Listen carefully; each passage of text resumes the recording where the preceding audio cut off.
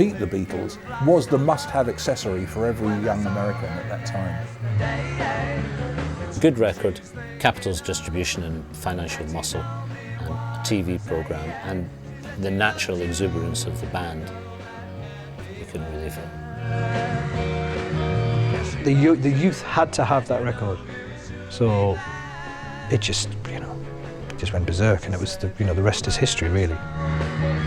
She almost lost her mind.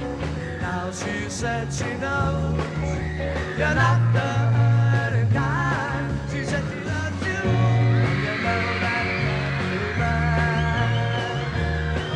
Yes, she loves you, and you know you should be glad.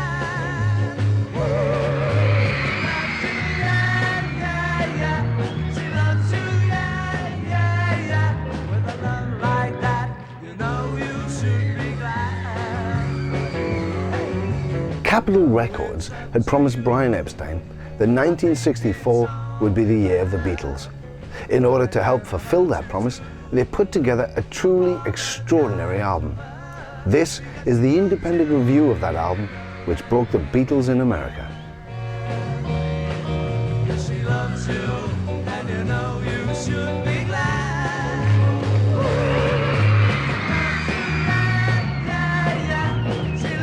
It was a time where, Elvis went off to join the army.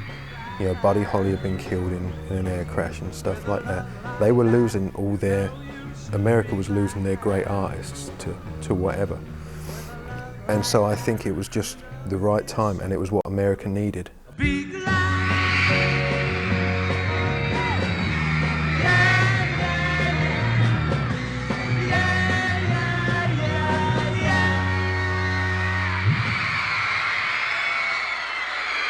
She Loves You had been a huge hit in Europe.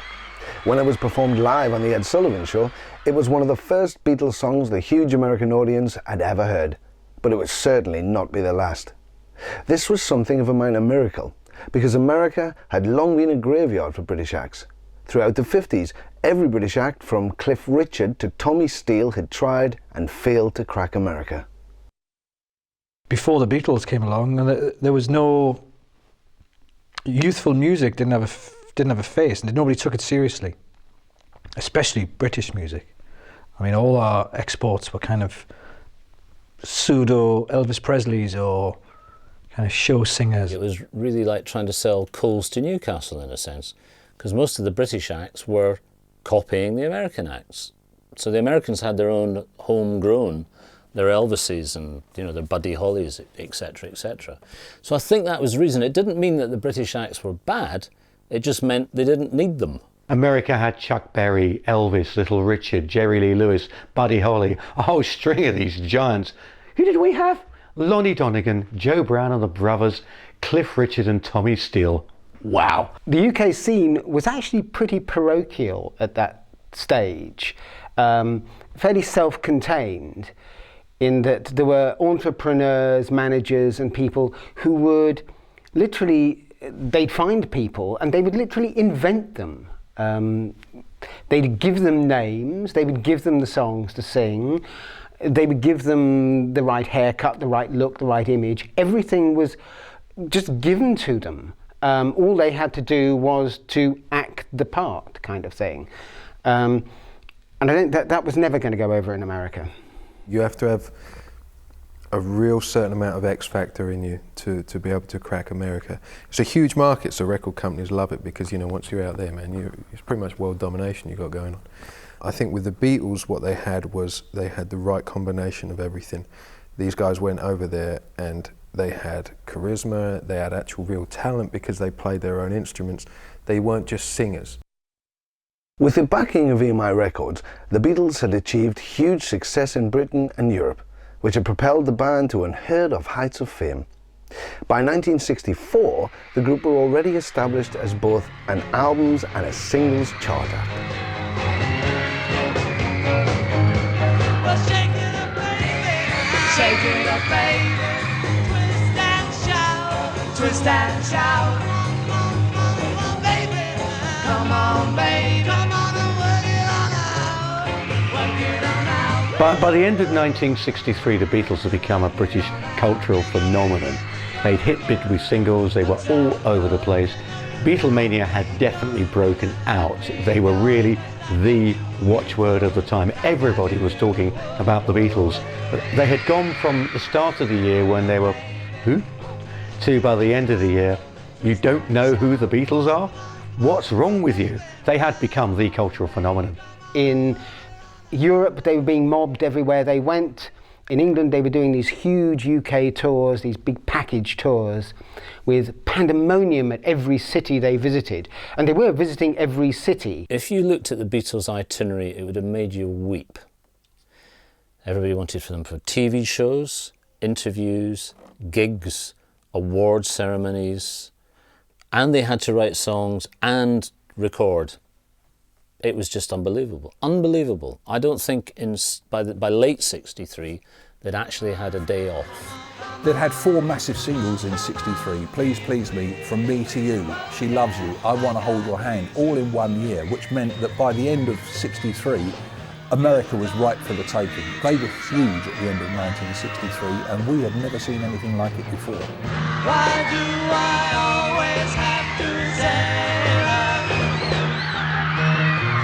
come on, come on, come on, come on, come on, come on, come on, please, please, please, oh yeah, I got please you. I don't wanna stop complaining, but you know there's always rain in my heart. By 1964, the Beatles were already the subject of mass hysteria, but success had not come overnight, and the Beatles had undergone a long and torturous apprenticeship in their home country. The Beatles started playing around the Merseyside club and dance hall circuit. There was quite a thriving dance hall circuit on Merseyside because it was a port. So there were plenty of opportunities, there was an audience there, and bands could play there. And that's partly why the explosion of Merseyside bands happened, because there were so many places for them to play at clubs and dance halls. As John Lennon used to call it, make show. They just went across to Germany, played the clubs in Hamburg, and learnt their chops as a rock and roll band, got the experience, hardened up, started to develop musically, so that when they came back into Britain and played at the Cavern in Liverpool, where they really started to get the buzz going, they were already a really good, experienced band. They weren't necessarily a young band who played a couple of gigs. They had a couple of years of really hard graft on the road, which had hardened them up, sharpened them, and made them a very significant band. Despite their superstar status in Europe, in America, success still eluded the Beatles. In fact, the release of Beatles material had been something of a mess. Capitol Records, EMI's subsidiary in America, had declined to release the first 3 singles. Love Me Do was not released at all as a single, while She Loves You turned up on Swan Records, and Please Please Me was released on the small Chicago independent label VJ. The mismanagement of the band's affairs in the US meant that even by December 1963, the average American had yet to hear the great songs which had launched the Beatles' recording career in 1962.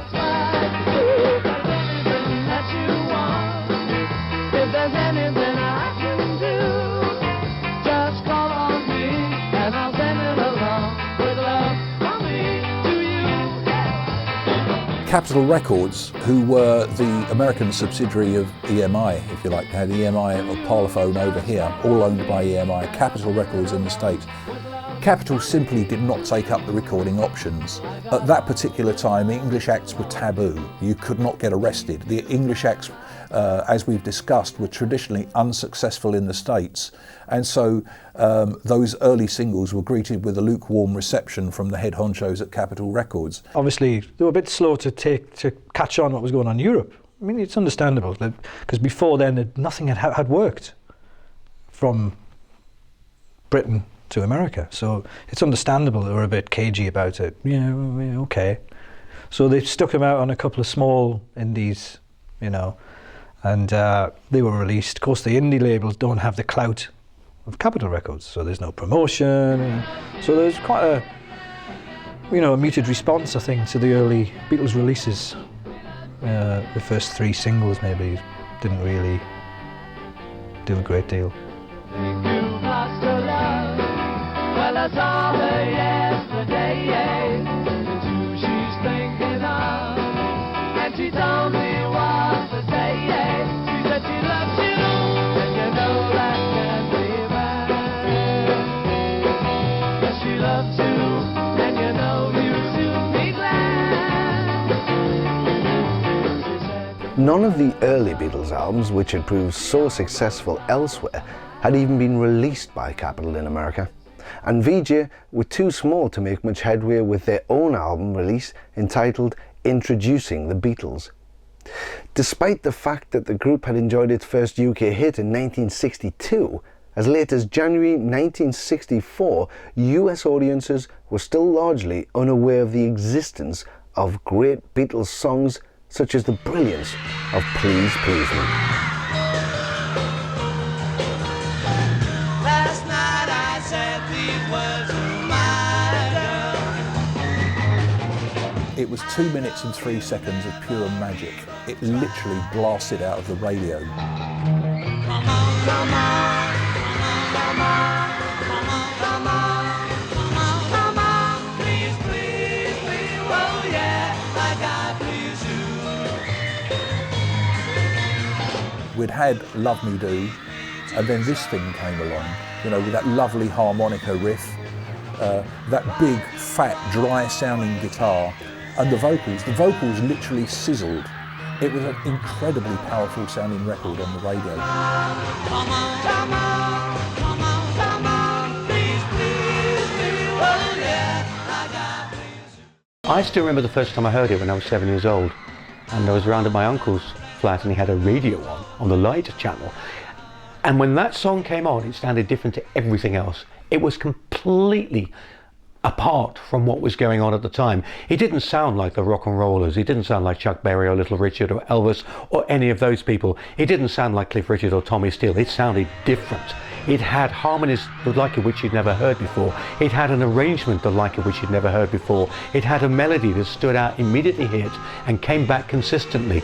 They really sharpened and developed the idea of the classic perfect pop song with that one number.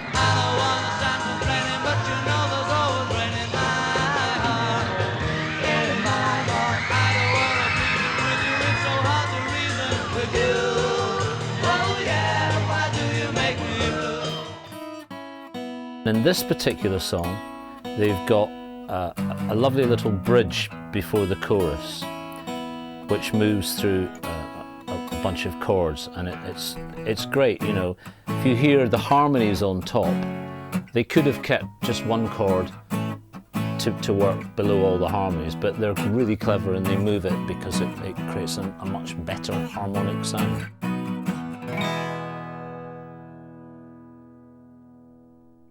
So in that short space of time, they've actually modulated very slightly and then back to the original key, and they've gone through a chord progression that encompasses part of a scale, you know. And this is in an early song.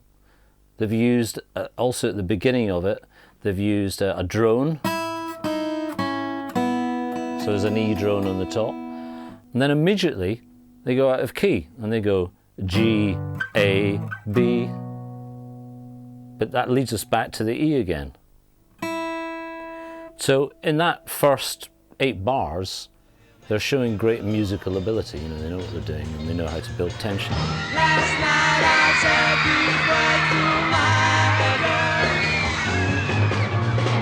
I know you never even tried. Well, I suppose Please Please Me, which was also the title of the first Beatles album in Britain, really kind of encapsulated all the good things about the Beatles. The Beatles songs seem to be so well constructed with the vocal harmonies and a great riff and great theme, great melody actually. And Please Please Me also had a great message. You know, it sort of reached out to people in a way that the average pop song written by, say, some tunesmith in Tin Pan Alley didn't do. That was a great thing about all the Beatles songs, really. They engaged their peer group, their people of the same age, could identify with it. If you were a musician, you could really appreciate what the guys were doing. If you were a girl, you liked it because of the image and what they were singing about. But they were also, I think, giving their generation a figurehead in a sense. Because they were so well-formed musically and they played great and they looked great and their PR was good. They were naturally good at PR in their own interview. They were funny, they were interesting in their music. So they had all the attributes that their generation wanted. And of course they had that fantastic singing style. That's really sort of in your face, happy, jolly, I love you baby, you know. The Beatles grinned at the cameras, sang good harmonies, had a great catchy chorus, they smiled at each other, they were clearly enjoying what they were doing. And then the song cut straight through as well, the harmonica introduction, the slightly suggestive lyrics. It cut straight through to a teenage audience. It was directed at them, and it missed out the adults completely, the adults who were, by and large, the major buying force in British entertainment at that time. People weren't really aware of the power of teenage spending power, as it were, that was coming through. But the Beatles tapped into that. And you put together their personable looks, the fact that they were really made up to look like they were harmless and your mother would like them. Nice suits, ties. They always bowed smartly at the end of their sets, and they had haircuts which were reasonable, and they looked like they're nice boys next door. Everything came together with that moment. To me, the 1960s started with Please Please Me. That's when the new generation kicked in, and from that on it led through to what happened in the 1960s, and that one song really kick-started it because it gave the new generation their own heroes.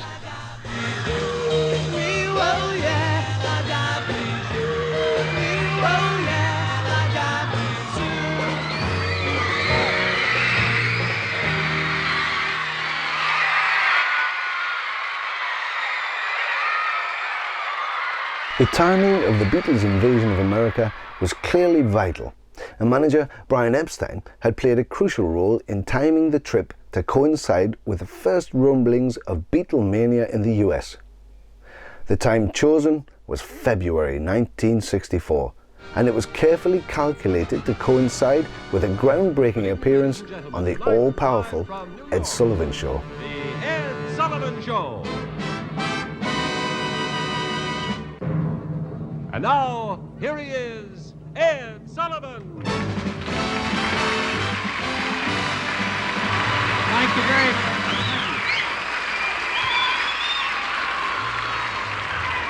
You know, something very nice happened, and the Beatles got a great kick out of it. We just received a wire, they did, from Elvis Presley and Colonel Tom Parker, wishing them a tremendous success in our country. And I think that was very, very nice. America wouldn't catch up on Beatlemania until Capitol Records finally relented and hastily released I Wanna Hold Your Hand in the last few days of 1963.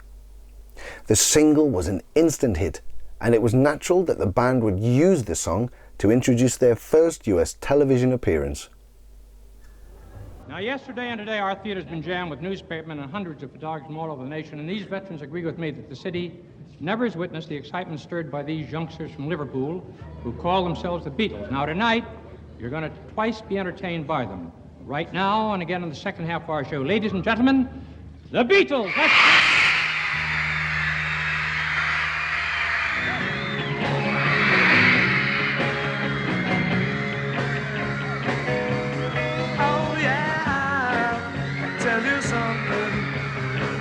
I think you'll understand when I say that something. I wanna hold your hand. I wanna hold your hand. I wanna hold your hand. The Ed Sullivan Variety Show, broadcast live every Sunday evening, was already a national institution and provided the perfect vehicle to reach a mass audience. Ed's show was the real target for the Beatles' first visit to the States. If the group could win over the Ed Sullivan audience, America was theirs for the taking. As history testifies, the Beatles grabbed their opportunity with both hands. The very first Ed Sullivan broadcast in February 1964 was a clear home run, and America took the group to its heart and opened the door for the British invasion which followed.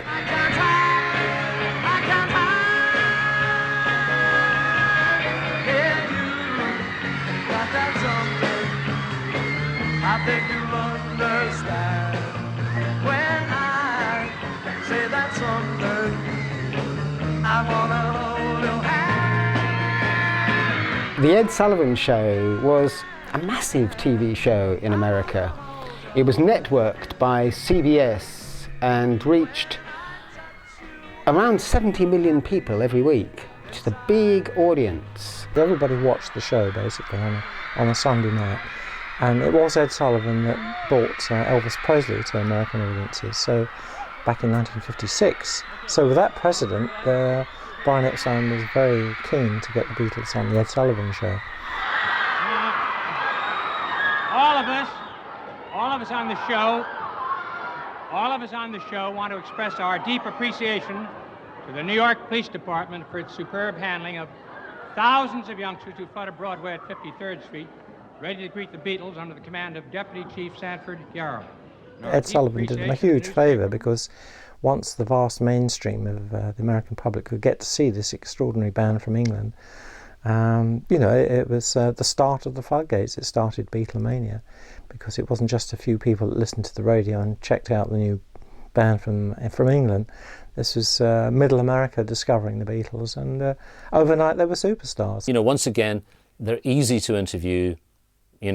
John's a bit cheeky, Paul's a bit, and Ringo's in the back smiling, and George just looks around, and smiles, It's a wonderful, it's a PR man's dream.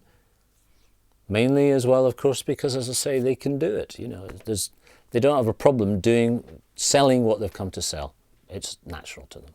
It was such a massive audience. It was the staple diet for American audiences every Sunday night. And when the Beatles made that first appearance, it just opened everything. It opened the floodgates, not just for the Beatles to break America big time, but for the huge British invasion that followed after that, with bands like the Dave Clark Five and all of the others. The Americans, the poor sods, didn't stand a chance once the Beatles appeared on the Ed Sullivan Show.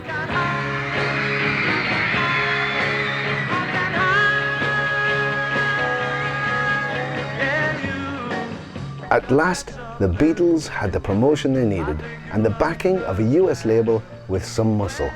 And sure enough, by mid-January 1964, the single had climbed to #1.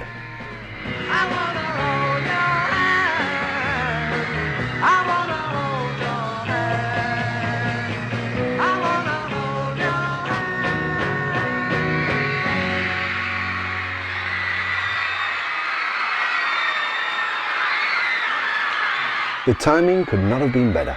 The Fab Four were at last ready to cross the Atlantic, and when they finally arrived in the US on February 7th, 1964, Beatlemania had begun to take root. I Wanna Hold Your Hand was of course the opening track on the carefully selected compilation album called Meet the Beatles, the album which was to introduce the Beatles to the USA.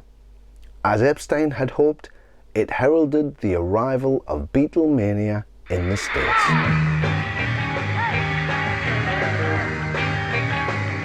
Well, she was just 17, you know what I mean, and the way she looked was way beyond compare.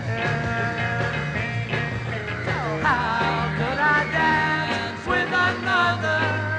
Oh, since I saw her standing there.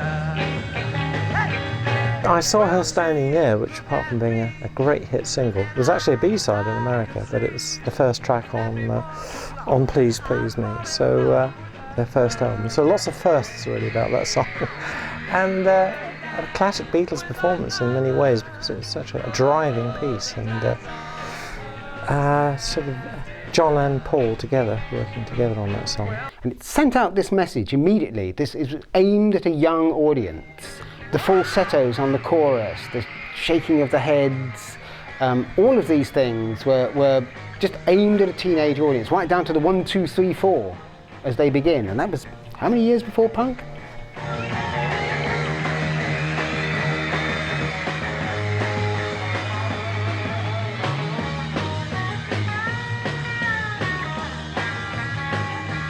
Saw Her Standing There is in typical Beatles fashion. It's a very upbeat song, but it's the way it's written around a 12-bar progression kind of thing. So there's only 3 main chords in there, but they do an interesting thing just sort of in the chorus where it goes to a different chord. So it's 12-bar going from E7 to A7, back to E7, and up to a B7. Now 7th chords are something that give it this sort of ring. So there's an E, an E7, so it's got this extra note in there kind of thing. Same with an A, there's a normal A, and then there's an A7. Yeah, it's just one note's difference, but it sort of gives it that typical Beatles kind of sound.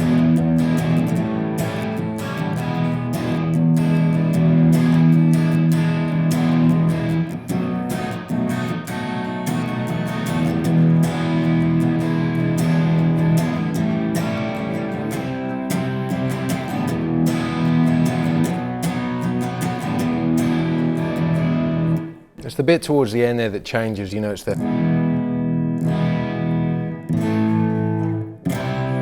Going to this C. The C sort of sounds a bit strange coming in there, but because it's not for very long, it really fits, and you can hear the song in there on that bit, you know.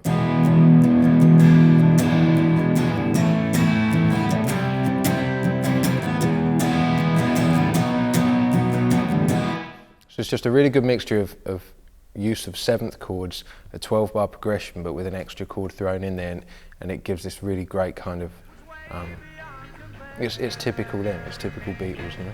How could I dance with another? Oh, since I saw her standing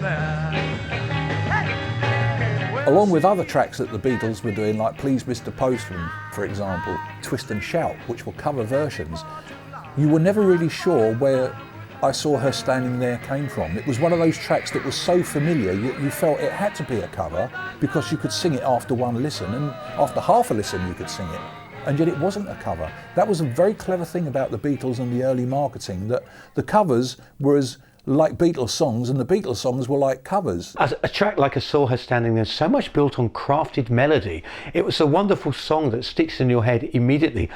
Is it any better or worse than Please Please Me or any of the other early tracks? No, they all had a degree of consistency because they'd established a style and a groove, and in their early days they went with it very fast and very successfully. They didn't want to tinker or tamper. George Martin gave them a very rich harmonic and harmony-led sound, and of course you've got that sort of woo in the chorus that everybody remembers. And because of all these little motifs that they throw in, every song stands alone, but every song is part of a string. It's almost like there was an album of tracks made at different times and then collated. Well, since I saw her standing there. Hey! Oh, since I saw her standing there. Yeah,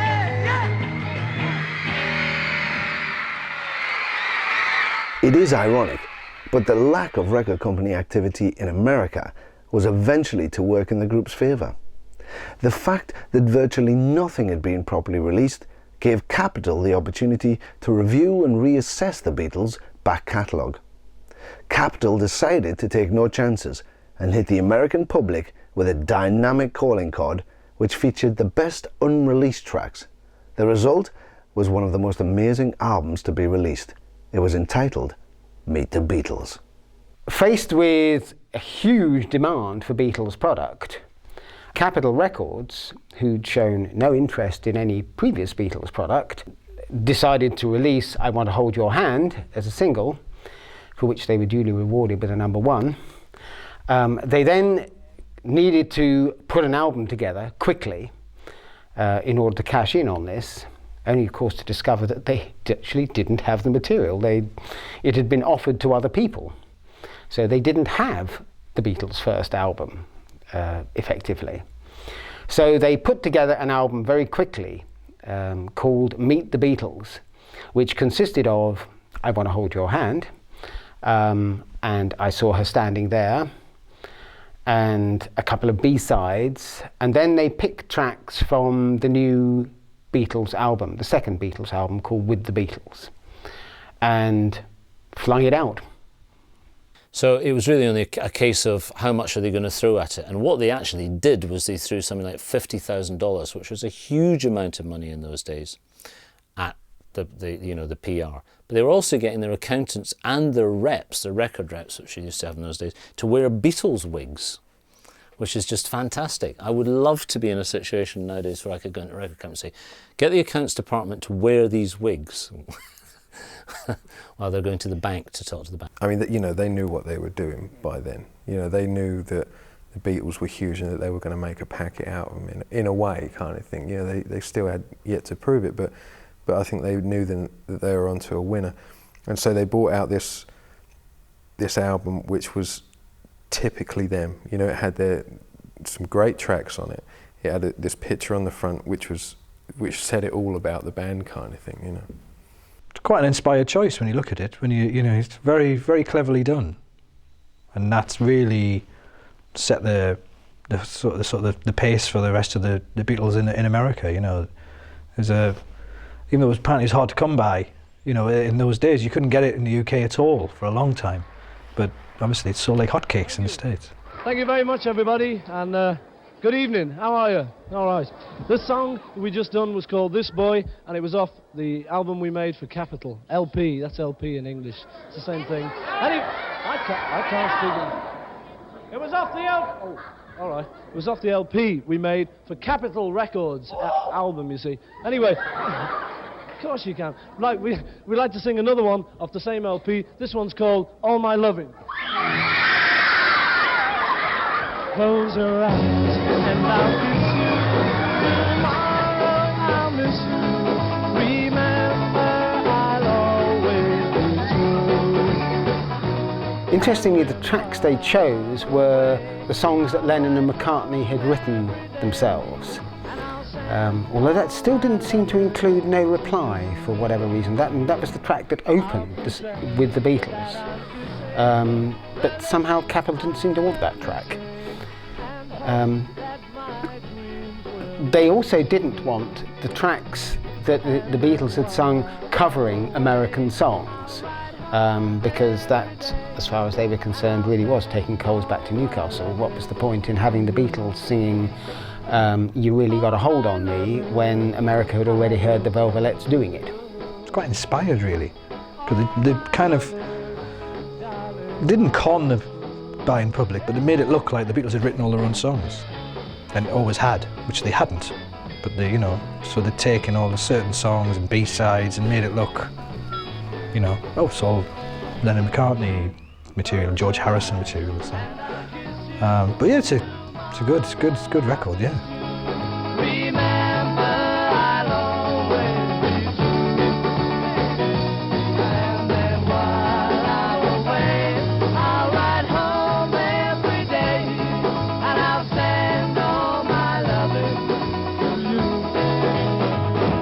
It started the policy really of Capitol Records altering and ignoring really the releases back in the UK.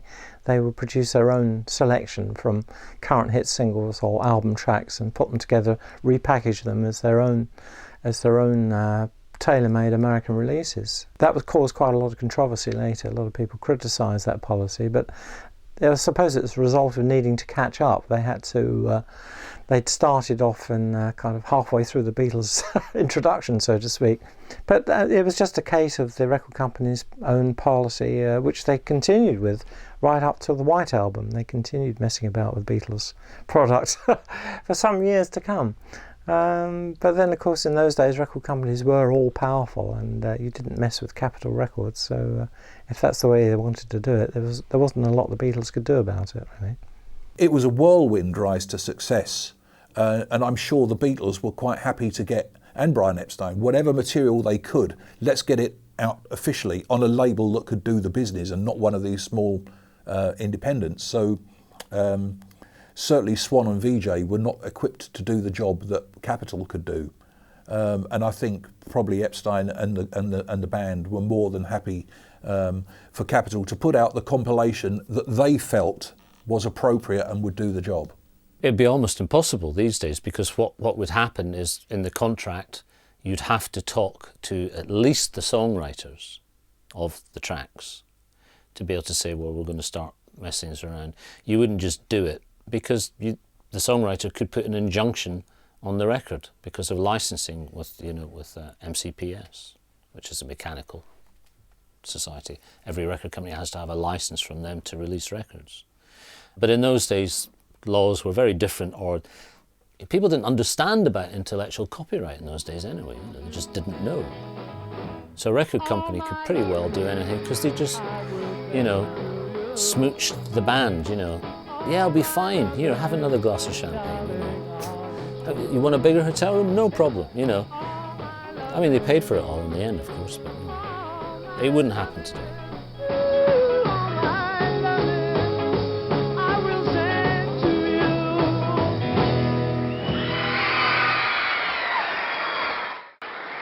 Despite the haste with which it had been thrown together, this brilliant compilation of classic Beatles material was ripe for promotion. It was fortunate for the group that the power of television was already exerting its grip on the US population. Here was the ultimate shortcut to the homes of every American family. There were bells on a hill, but I never heard them ringing. No, I never heard them at all, till there was you.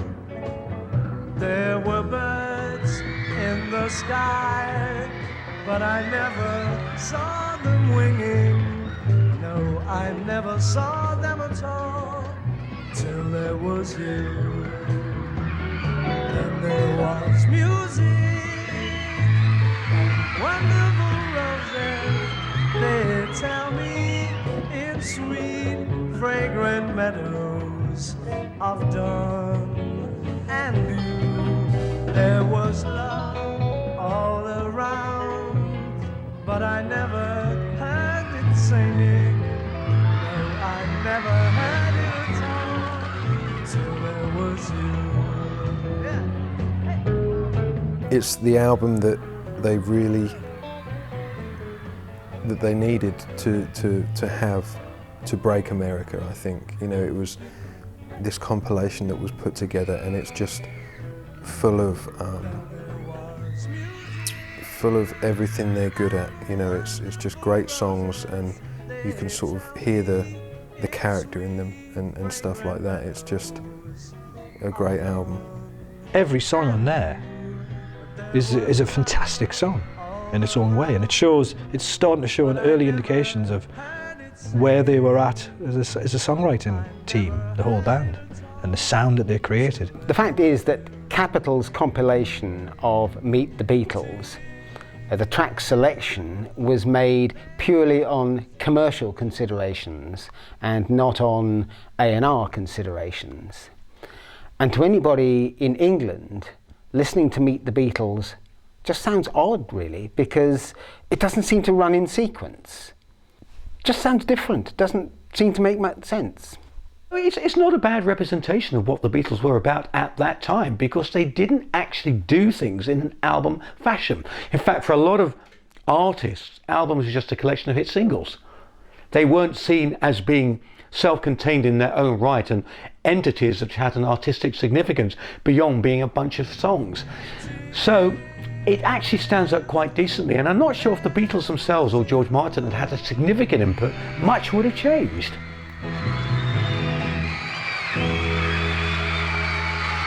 VJ and Swan Records were quick to capitalise on the mania for the Beatles and rapidly re-released their own Beatles material. By 1964, Beatles records occupied all 5 top places in the Billboard charts. It was an amazing feat, which is never likely to be equalled. 1964 would indeed prove to be the year of the Beatles. After the Beatles, popular music would never be the same again. A new standard had been set.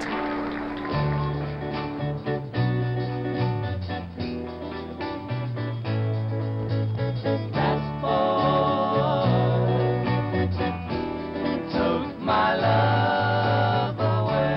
The stuff that the independent companies had, obviously they were trying to sell as much as they could, because by now the Beatles were huge, but it just didn't really work for them because of budget and stuff like that. You know, it kind of worked in the Beatles' favour, because there was now Capitol had bought out Meet the Beatles, and then there were other independent labels saying, hey, we've got Beatles material as well, and so it was much more in everybody's faces, in the public's faces, than it would have been had it just been one sole album.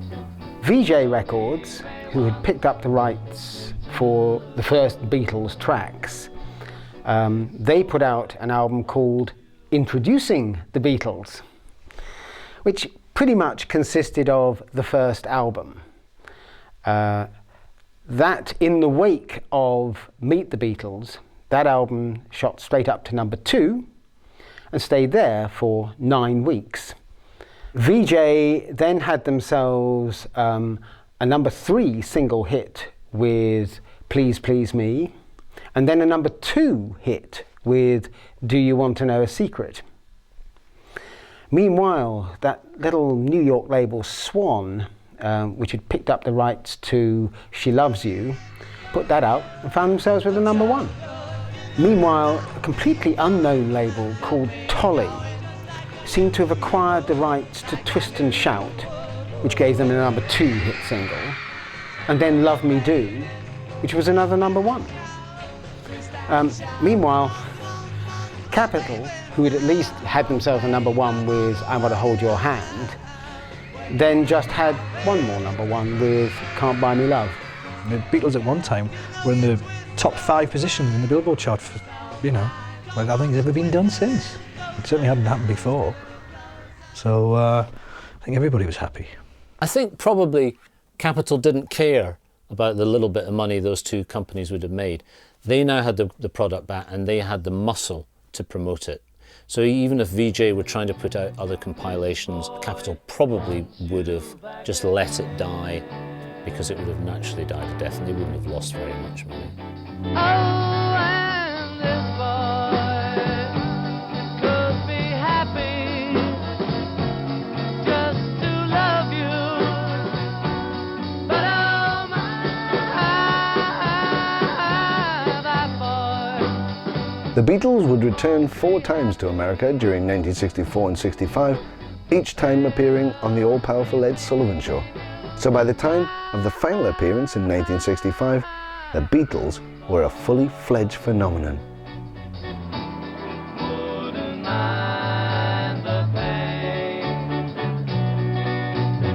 Meet the Beatles was definitely the album that helped break the Beatles in America to the mass market. It wasn't just teenage fans, it seemed the whole country seemed to, rather like back home in England. The Beatles weren't just a kind of music phenomenon, they were a social phenomenon as well, because there'd been nothing like it. Meet the Beatles added an aspect that the youth of America had to have that record. I think all the great supergroups you look at, and they were probably the first one, and they can either wear you down and you'll end up having it, or you know, all your mates have got it, I've got to get one. But the Beatles sort of had that sound that the youth had to have that record. They took no prisoners. Black guys, Chinese guys, white guys, schoolgirls, their parents, everybody loved the Beatles. And that was how important the Meet the Beatles album was. To be honest, it didn't actually matter what Capitol put out when the Beatles arrived in America. Anything was going to sell. And in fact, almost anything did. There was an interview record with the Beatles that actually got into the top 10 at one point. I don't think it made a huge contribution. I think it was the singles which broke the Beatles, it was the live performances, and it was the TV shows. So it was riding on the back of that the album sold, rather than fueling and firing a real momentum. I'd say it's the other way around, that Meet the Beatles sold as a result of the success, rather than the Beatles becoming as successful as a result of Meet the Beatles. Oh yeah, I'll tell you something, I think you'll understand when I say that something, I wanna hold your hand. To Americans, of course, it marks the beginning of the Beatles story. Meet the Beatles is definitely a valid Beatles release insofar as it represents what they were about at the time. It really just sums up Beatles 1964. So in that respect, it is very much a valid release. Well, Meet the Beatles wasn't really a valid Beatles release. They didn't have much control over it in the way that they would exert later. They wouldn't have allowed Sgt. Pepper, for example, to be reconstructed in that way. But then we were dealing with 3-minute pop songs and chart singles, and albums perhaps weren't viewed quite as the entity or the concept that they became later. I think probably hardcore Beatles fans would say no, it was the Americans messing about with the guys' product the way that they wanted it. There was already a very well-defined sense of order in the Beatles releases of what had come out where and when. Because they were such a significant group, because they were so far ahead of everybody else, their every move was sort of plotted. And all of a sudden, the history of the Beatles was being sent back to us from America, which seemed to be completely at odds with what we seem to remember happening at the time. It was a valid release, and the record company, I think Capitol realised they'd shot themselves in the foot, but who could blame them given the previous failures of everything British in America? And they quickly remedied the situation by putting together a compilation that's really, really good. And it was the thing that introduced so many American kids to the Beatles, so there is no way it could not be considered a valid Beatles release. Some people think it's not valid, some people think it is. I think if you've got it in your collection, it is. If you haven't, it's not. So it's down to the owner at the end of the day, you know. So, but I think if you're a big Beatles fan, you should have it. At least make an effort to try and get it. And when I touch you, I feel happy inside. It's such a feeling that my